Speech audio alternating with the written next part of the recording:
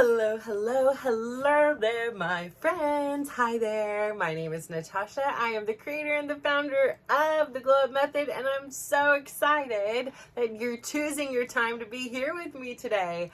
Oh my goodness. So, today has been one of those days I quite literally almost forgot to film because everything went to chaos. Like, everything had its place in here and then a wild card came. So sometimes dealing with changes and doing things something different that is unexpected kind of puts us in a little bit of a tailspin, and suddenly, this foundation, this rock, these routines, these habits that were so ingrained in us quickly just fly out the window. So, in the midst of it, I was able to finally remember that I haven't done this yet. So I was up super late last night chatting with my kids. This is one of my favorite parts about summer, and then also one of my favorite parts about all my kids being here right now. I know that this is a very unique time in our life, and I know we're kind of on some borrowed time because I have some 20-year-olds that have graduated college, and I have someone who's graduated high school, and I have another one who's in high school, which again, like, because now the majority of them have graduated high school, like the things like the school registration just are like flipping out of my mind. Like, I am like, like, I'll do it later. And I'm like, oh no, I need to like buckle down and get this done. So again, it's just one of those other things on my to-do list is that back to school registration. And thankfully, it's all online now. Whereas before it was like, you gotta get all the paperwork and your proof of residencies and go stand on a long old line and leave with a little planner for your kid for the year. You're like, hey, yay, look what I got for you, But I say all that to say, so I was up till like 2:30 in the morning last night chatting with my kids. And then, my one kid has like, taken on, I'm actually really proud. I have like one kid who's like doing his, they're two of them are really pursuing what makes them happy. And it just absolutely makes me so happy. Cause like, first off, it took me so long to figure out what in the world really makes me happy. Being a people pleaser, it was so easy to surrender to everybody else because it did make me happy. Like, but if I didn't have an opinion, like if we were ordering pizza and I just was like, oh, I don't care, I can eat anything, I didn't have an opinion, so I was never disappointed, right? And secretly had these expectations, like I really want a ham and pineapple. And then when the ham and pineapple pizza, I know, big controversy. Some people aren't pineapple people, but I love me a good ham and pineapple, especially if you got some jalapenos in there, make it a little sweet and spicy, salty. It's like the whole kit and caboodle there. But and suddenly there was no, ham and pineapple with jalapenos on it, and I'd be really sad because like secretly I wanted somebody to know that this was what I wanted, and if they knew me they would know this was my favorite pizza or whatever it was. And so I say all that to say I started just like not wanting anything, and I was like, it's just so much easier mentally to just not want anything. And not just about pizza, I'm talking like, career, where we live, like anything. If I just don't have any expectations, if I don't have anything that I want, then surely I can't be disappointed. But I still was. And I felt really empty. I felt really like a shadow of a person. I just kind of felt like a shell, like a zombie navigating this world. And I wasn't really me. I was just what everybody else was wanting me to be. And I was responding and reacting to their needs, their wants, their, opinions, and I wasn't really voicing myself. And so again, once I learned how to use this little voice of mine, I oftentimes overcorrected, right? Like, change is a process, right? So it's like Goldilocks, where it's like, this was too soft and this was too firm, and now this is just right. This is what aligns with me. This is what makes me proud. This is the person I want to be. This is the person I'm working on. And this is the life I'm crafting for myself. And so learning how to do that and understanding that we're not going to always get it right. We're going to go in, we're going to try new things, and it's going to be scary. Like, trying new things is an adventure, but it can also be really intimidating. I think that this was one of the things that has been highlighted as someone who had the pleasure of doing a lot of travel so far this year. Like, I was able to go to Vegas with one son, I was able to go to Dallas with the son, I was able to go to Sweden and Amsterdam with the son. And today I found out that same son was invited, one of only 28 people in the world who is invited for this last minute, last chance qualifier thing. But in order to participate, he needs to go to Saudi Arabia. And so me, who is not very informed or educated and just has, very limited data on what Saudi Arabia is and what it's about, and especially being a woman and wanting to respect their cultures and their things like that, it's a little intimidating, right? Like, it's a lot of intimidating because I don't know, and I don't want to offend anybody, and I don't want to hurt anybody, and I also don't want to like get it wrong. And again, here come all the people pleasing things, right? And it's really hot, and I want him to go, and I also want to support him, and I also like, yeah, there's just a lot of things. So it's like, I want to go and I want to support him, but I'm really scared. I'm intimidated by the situation, but I also want to give him the freedom to be able to go with his peers if that's what he chooses.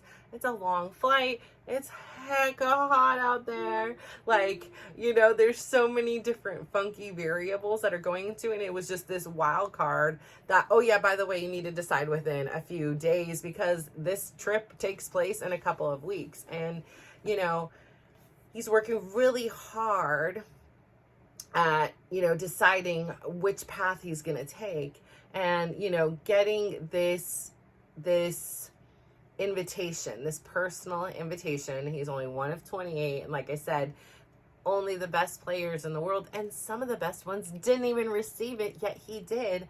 I believe he was the only person from the United States of America to get this. And like one of 2 that got it in North America.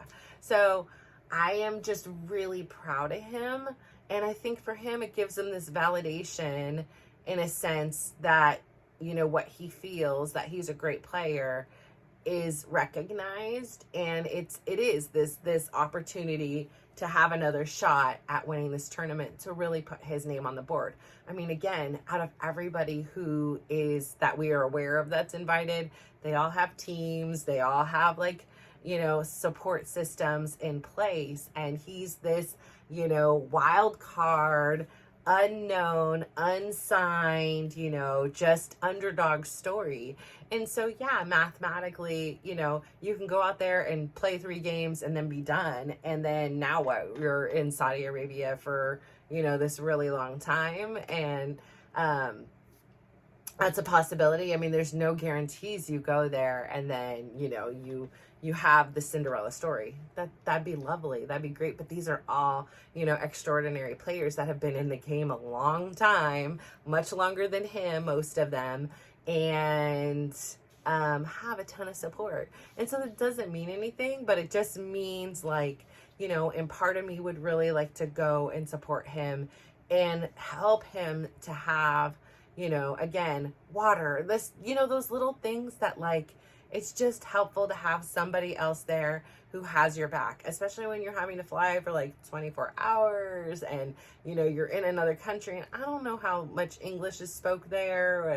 And even myself, when I'm getting things in regards to a visa, oh my gosh, I literally have spent 4 hours and trying to work on this e-visa. The passport wouldn't upload. First off, I had to find his passport picture. Then I knew where the passport was, so that wasn't a trouble. So I had to get the passport, and then so I have all these papers and all these things like spread out all over my room because I'm looking through. And when I just slowed down and I was like, wait a minute, it should be exactly here. I know you looked there, and sure enough, it was the first place I looked in a very organized thing. But I was in such a hurry, I looked over it.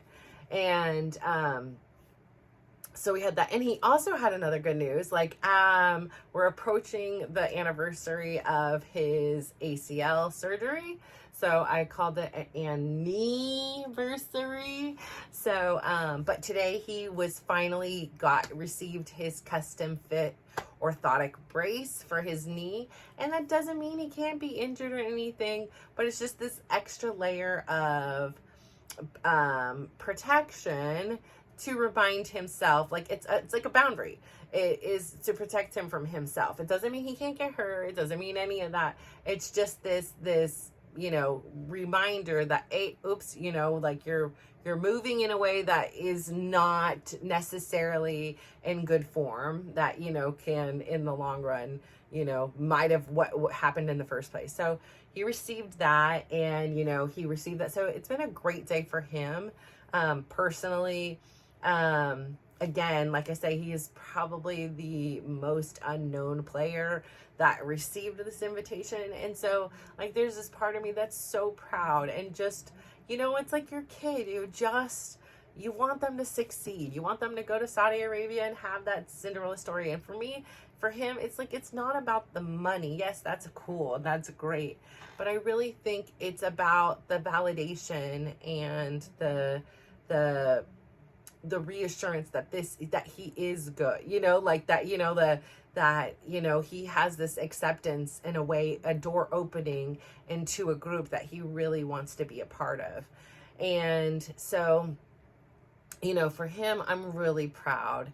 And so it's a real challenge to be like, yeah, no, we're not going to do that for you. Because I know that even if he goes, regardless of what the outcome is, and he uses the opportunity to his advantage, I mean, this will help him on all levels, right? It just is another way of getting yourself out there in a global community. There are only going to be 128 players there, and then that number is going to reduce to 32 if he makes it, and when he makes it, right? We'll just put that out there in the universe, when he makes it to the actual World Cup, because this is the qualifier, this is this. So I know it's confusing, but I'm learning myself too, because why? Because I support my kids. Like, if you love somebody, in my opinion, you learn about the things you like. Like, if my kids are really into knitting or crafting, I'm going to learn about it and know enough about the lingo to have a genuine conversation. I know about fantasy football and now personally participate in it, so I can have conversations with my kids. And now that one of my kids is a fantasy football content creator himself, it really helps to have this bond, and they're so cute, because they're like, okay, mom, when are you posting? Because I always have all this feedback and comments and like suggestions for them. They're like, okay, Miss Glow Up, you get your stuff posted and then we can talk. So I love that they check me with my stuff as well. And I'm like, October 1st, they're like, why are you waiting? Like, what's the wait? What's the greatness about October 1st? And then I realized I'm freaking out of town October 15th. And so I'm like, oh my gosh, I can either wait till November 1st, or I can just bite the freaking bullet. It doesn't have to be a first, right? Like, here I was again, like, it's not Monday. We did July 1st, can't do it. Okay, here comes August 1st. Oh, but then I might be out of town. I can't do it then. And like, there's always something coming up and coming in the way. And so again, my whole thought today was about getting out of our comfort zones and doing it by trying new things, doing new things. I have never applied for a visa. I'm still not quite successful yet. We're getting closer. Tonight, after an hour of spending time on there, the passport uploaded. Bravo. But now I'm just not sure. There's 2 different kinds of visas. One does he need the ticket for? I got to figure that out. But I'm very much closer. I've got like 2 more steps to go, and I could have officially helped him order his visa. And I have to make that decision on, if I want to go. So to have that conversation with him again, we'll see what happens there. It's intimidating, and it's a long journey, because even if he's out in 2 days, you can't just make your plane ticket. You have to make your plane ticket assuming you're going to make it all the way to the never lasting end. And so it's like a 12-day span. So that's a lot. And it would also mean I'm missing my son's first day of school. Not that huge of a biggie. He's not going to cry about it. It's not like I'm walking him into the kindergarten. This is the 4th kid. He is the one who's like, Mom, you can drop me off in the Loop at kindergarten. I'm like, no, I'm not dropping you off at the kindergarten, at the Loop in kindergarten. We are walking you to the door, picking you up every time. He's like, you can just leave me. Like, I got this. I literally have been coming here since I was born. I am prepared for this school. I've come here a couple times a day with my 3 siblings, because of my 3 siblings. I got this place. But, which again is another reason why, you know, even though he does fly into the same city and it's just, you know, a 30-minute car ride, it's not like hours and multiple trains, planes, and all these kinds of things. It's intimidating to send, you know, an 18-year-old kid to, you know, a foreign country 24 hours away. And, you know, especially somebody who has had, you know, the life that he's had, and he's had medical things. So it's like, you know, that little part of me that's like, I don't want to let go. Like, okay, maybe if it was, you know, an English speaking country or something like that, that would be a little bit easier. But I totally admire his courage and his belief in himself. He's like, I'm good. Like, I am gonna do good here. And so I appreciate his tenacity and what he learned from the Sweden event. And I hope that will take him far in everything he's learned since. So yeah, like that was super, super exciting. And you know, when I find this thing, like the traveling for me, like one thing has been is like, it's this little thing I can do, and I forgot I knew how to do it. And it's really taking me completely out of my comfort zone, right? Like, I'm not in my bed. I'm not anywhere I know what I'm doing, you know, and to be able to not confidently, you know, at first I'm like, okay, you know, I don't know how it's going to work out. And, you know, like there was a lot of angst and stress and worries there, but to have successfully done it and successfully had these experiences and have felt that angst and that worry and the uncertainty, and yet I still went through it, and I learned so much about myself, like waking up in a different place. I learned so much about the world and people and how we interact in it, and that, you know, the rat race that we often live in here in the United States, if you're here in, you know, I'm in Silicon Valley here, it's just, you know, I every day like that I have been driving to the gym, the traffic has been atrocious. Why? Because there have been accidents every time. One was a fatal accident. The other ones were not, thankfully. But I'm telling you, there's just so many accidents. People are in a hurry, and people are rushing, and people are distracted. And it's just becoming such a stressful place. Like, it has so many beautiful things.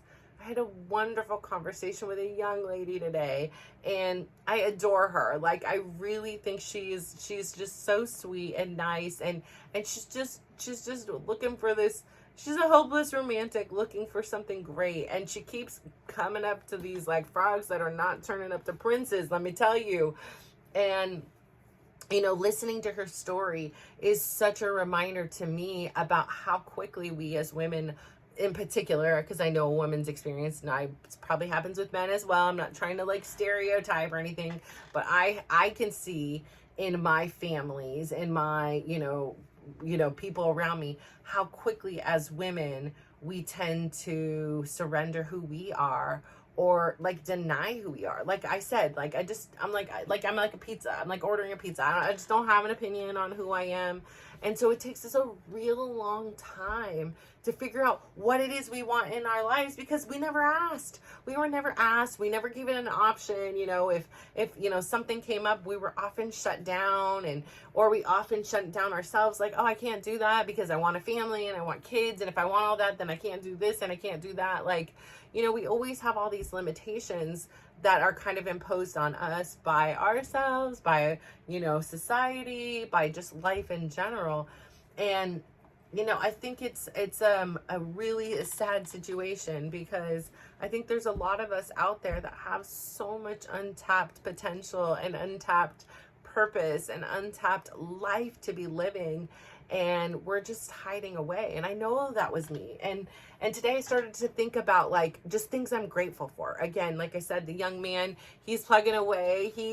My boy out there in Colorado, he is making progress. He's getting off the breathing machine for many hours a day, and he stays on it in the night so that he can comfortably rest, which he is ironically not comfortably resting on. But he's meeting other people that are giving him a ton of hope, other teenagers who are in this situation and can understand what he's going through, right? It's nothing that my kids can understand. They can semi-understand because they've had a lot of medical things that have happened to them in their life. But if you've never had anything like a medical thing, it's really hard to understand that. So that's why when I'm talking to you, I understand you. I have been you. And I am so happy to stand on my own feet. Like, you know, before I would think about a separation, it was like the first thing I would think about was, oh, somebody else, or, you know, will somebody else love me? It is not about somebody else loving me. And talking to this lovely young lady today at the gym, she just reminded me, she's like, you give me so much hope that just being alone or being single and figuring out myself instead of rushing into relationships that don't fit and are forcing, where I'm forcing these things and kind of turning a blind eye to things that I'm like, I know this wouldn't work, has given me so much courage to know that that's possible and you can still be happy when you're alone. And I get it. We're in different phases, right? Like, I also get it. I'm a little bit of a mathematician to know, like, you know, you reach a certain age. I have kids, you know, if you want kids, you know, there's just extra pressure on women to like get it done sooner and perhaps just take the frog because, you know, ticky-tocky on the biological clocky. And I wasn't confronted with that. And so I can never understand that journey. I can understand my journey that, like, you know, what mine was like, or somebody who married at a very young age or had kids at a young age. I got that. I did that. I experienced that. But I don't know what it's like to be, you know, unmarried, you know, at 30 years old or whatever. And that's not even old. That's not even old. Like, oh my gosh, like, 30, like, so lovely. So there's a lot of her too that reminds me of my sister. And so again, today is my sister's birthday, and so a special shout out to my sister. I sent her a message. I didn't get a response, and I didn't expect to get one, but I hope she just knows that I love her. I adore her. You know, meeting her, you know, those 30 years ago and getting to hold her was like one of the best days of my life. And she always had this special place in my life, in my heart. And I loved our conversations and I loved our relationship. And I'm sorry to see that it is where it is, but a special shout out to my sister. Happy birthday. I love you. I miss you. I really have hope that we will have a reconciliation, and, you know, we will, all this crap from this last year has just been water under the bridge, because life is really fragile and short. And I know it's easy. Sometimes we get kind of stubborn and, you know, we don't always hear. And again, there's reactions versus responding, and, you know, things get said that in a normal tone you wouldn't do. But nothing that was said from me or to her or from her, like, changes anything about how I feel in my heart about her. Like, I adore her. And, you know, I really just hope that, you know, I'm really proud of her. She's got an amazing family. She's got an amazing husband. And I'm really, really glad that, you know, she's found a home where she is. It's a great community up there in Washington. And I'm just so proud of her. And a special shout out to her, because, again, you know, we're all doing the best we can, you know, like we're navigating life without a freaking, no rules, no instruction manuals. We're just kind of thrown out there, and we all do the best we can to get by. I mean, even this brace that my son got today was such a reminder of, like, you know, he was explaining that it's more of like, I'm going to butcher this word, kinesiological, whatever, like reminder that, hey, you're not using your body in the proper function. And we just don't know. Like, there's nothing I think that my son knew. Yes, he had a sore injured hamstring, which then made him rely on other parts of his body differently, right? He was compensating, but that was a known thing. But a lot of times we don't know, like, oh, I walk like this versus this or this, like, we just don't know. It's just kind of the way we've always done it. Oh, I just always lean like this. Like, I'm talking about, like, I see in my thing, oh, it says I have scoliosis and everything, and it leans like this. And I was like, I don't know. My mom does have scoliosis or whatever, but I'm like, I also, every time I drive, I'm like this on my thing. I'm just driving, I always am leaning like this. And I'm like, I don't know if over time, maybe that's, exasperated the pain down here, this thing. It's like, we just don't know. It's like something I don't even think about. But now that I'm really thinking about different things and mechanisms and trying different things to alleviate the cause of what the problem is and not just the symptoms, right? Like, I could take some Advil, I can, put an ice pack on, I can, do these small little things. I can roll it out with a foam roller, but it's not getting to the root of the issue.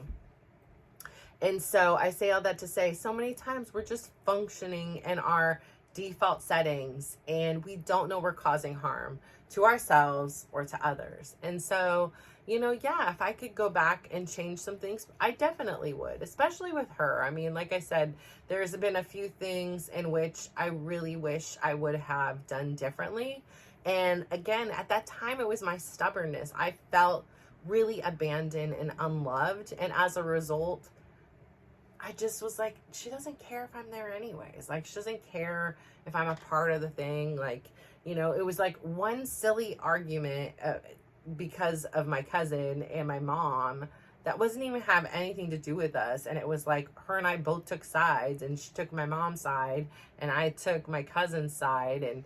And it wasn't really just taking sides. It was just kind of like, whatever. She was closest to me at that time, like physically or whatever. And just, she was a bigger biter. So I was like, yeah, whatever is going on here. But like, that kind of caused a little bit of stuff. Like, there's just all these little things that kind of never got like really clearly cleared up. And I think that exasperates things. And then you have people like my daughter's going through an issue where she's like, it's really sad to me that there's people that are talking badly about me. And she's like, I don't care necessarily. I don't want to hear about it. Like, I just don't want to know. But then again, she's like, it's not even true. Like, these things that they're saying is like, I'm a bad person. Like, I'm not a bad person. Like, I just literally donated a bunch of books to a library in a school. Like, that she paid for on an Amazon thing. Like, she's like, does a bad person do these things? And, so she's like questioning herself based on other people's opinions. And so again, I think coming to a place where, for her, I can say it doesn't matter, but it took me so long to get there. It took me so long to get there. And it wasn't long of working. It was just long to realize what I was doing and then practicing the little things. So, I try not to let what other people get to me anymore. Of course, I'm a human. Things hurt. Under this rough exterior, I do have a marshmallowy, gooey heart and inside, and it hurts sometimes. And so I get that, though, when people say things that are not even true, it makes it even more challenging. Like, it's true. It's fine if it's one thing. If it is true, you got to kind of have some awareness and sit with it. But if it's not true at all, it's completely fabricated, you're like, I can't even defend this because it's not even true. And they're so adamant that it is true. And you're like, I have 55 pieces of evidence here that it's not true. And so at the end of the day, people are going to judge us. People are going to think what they're going to think, and we just have to let them. And so all I have to say today is, I know it was kind of scattered and all over the place, but getting out of our comfort zones is really important. And traveling or going someplace new is a great way to do it. I often found myself going to the same restaurant and ordering the same foods because it was really safe. I didn't like when I went to a restaurant that I was really excited about and then I didn't like it and I spent all this money and now I'm still hungry, you know. But then there were times that I went someplace that maybe I've always been and I tried something new, or I went to someplace else and the risk was worth it. So really getting ourselves out of our comfort zone teaches us stuff, and there's no better way to do it than traveling, because there is nothing comfortable except for whatever you have in your luggage that reminds you of home and who you are. So it's this excellent opportunity for exploration. And so that is part of why I think I am just loving traveling, and also scared to death to go to this other country. So I'm not sure if I am. I'll keep you posted. Again, whew, craziness. Never would have thought. And then I didn't see that on the vision board. Yeah, nope, not on the vision board. But, you know, sometimes things happen. And I was joking. I was like, oh, maybe I'll meet myself a Russian. No, not a Russian. Saudi Arabian prince out there, okay?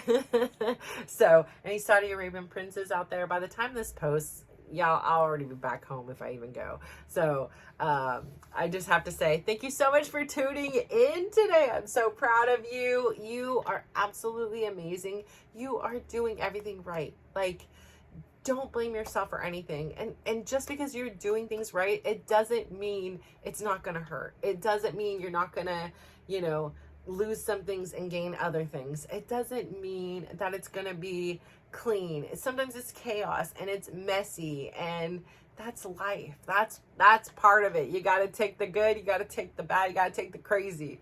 So I say all that to say, I adore you. I thank you for tuning in. It means so much to me. If you can please go out there today, give somebody a big smile, give them a compliment, and just watch how they glow up. So thank you. Bye.